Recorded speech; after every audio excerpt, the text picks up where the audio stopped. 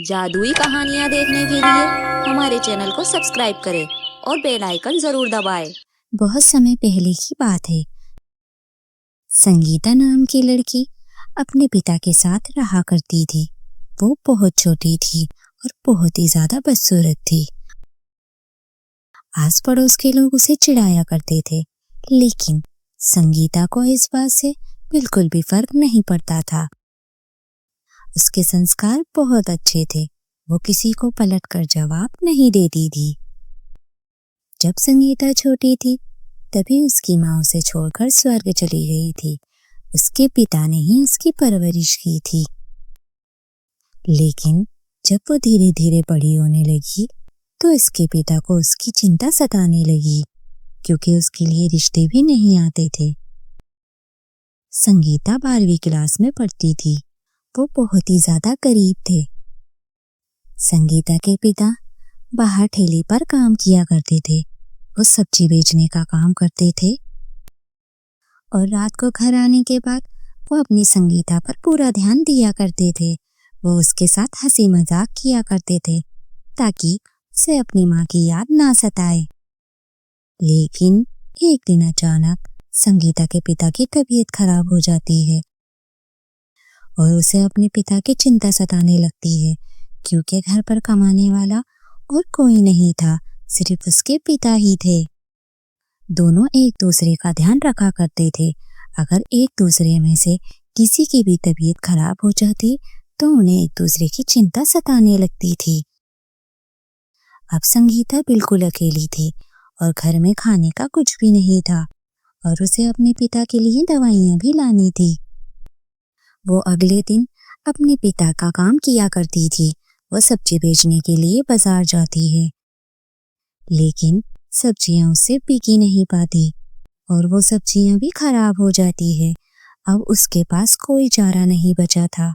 अब वो इतनी परेशान हो गई थी कि वो घर से अकेली ही निकल जाती है और एक जंगल के रास्ते पहुंच जाती है और वहां जाने के बाद वो रास्ता भटक ही जाती है।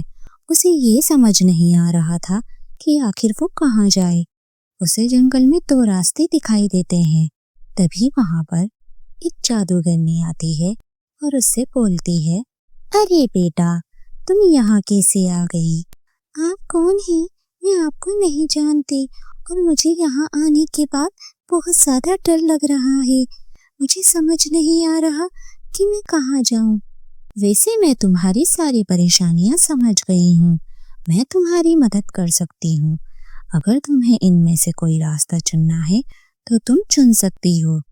एक रास्ता तुम्हें बहुत सारा पैसा देगा और दूसरा रास्ता तुम्हारे पिता की जान बचा लेगा। अभी तुम्हारे पिता की और ज्यादा तबीयत खराब होने लगी है। वो तुम्हें याद कर रहे हैं। लेकिन आप इतना सब कैसे जानती हैं? आपको तो मेरे बारे में कुछ पता भी नहीं है। मैं तुम्हारे बारे में सब जानती हूँ, इसीलिए तो मैं तुम्हारी मदद करने आई हूँ। तुम देख लो तुम्हें कौन सा रास्ता चुनना है। संगीता वो दूसरा रास्ता चुन लेती है जिसमें उसके पिता की तबीयत ठीक हो सके। वो उस रास्ते चलने लगती है। तभी वहां जाने के बाद उसे एक सुंदर सी परी मिलती है। अरे वाह, आप तो कितनी सुंदर है। हाँ संगीता, मैं बहुत सुंदर हूँ और मैं तुम्हारी यहाँ पर मदद करने के लिए आई हूँ। थोड़ी देर बाद वो परी अपनी जादू की छड़ी घुमाती है और संगीता को पहले से ज्यादा खूबसूरत कर देती है। वो बहुत खूबसूरत लग रही थी। उसके बहुत ज्यादा लंबे बाल थे और परी उससे कहती है, ये कोई मामूली बाल नहीं है। इस बाल की मदद से तुम हमेशा सुंदर लगोगी और तुम इससे चाहे जो भी करवा सकती हो और अपने पिता की तबीयत भी ठीक कर सकती हो। संगीता उस परी और जादूगरनी का धन्यवाद करती है और वहां से चली जाती है और घर आने के बाद वो अपने पिता की मदद करती है। वो अपने जादुई सुनहरे बाल अपने पिता के सर पर रखती है। उसके पिता की तबीयत पहले से भी ज्यादा ठीक हो जाती है और उनका घर बहुत अच्छा हो जाता है। वो घर अब पहले की तरह नहीं था। अब वो बहुत ही ज्यादा सुंदर और बड़ा हो गया था। अपनी बेटी को इतना सुंदर देखकर पिता तो बहुत ज्यादा खुश हो जाते हैं। अब तो उनकी जिंदगी मानो बदल ही गई थी। उस जादुई सुनहरे बाल की मदद से अब संगीता हर काम आसानी से करने लगी थी।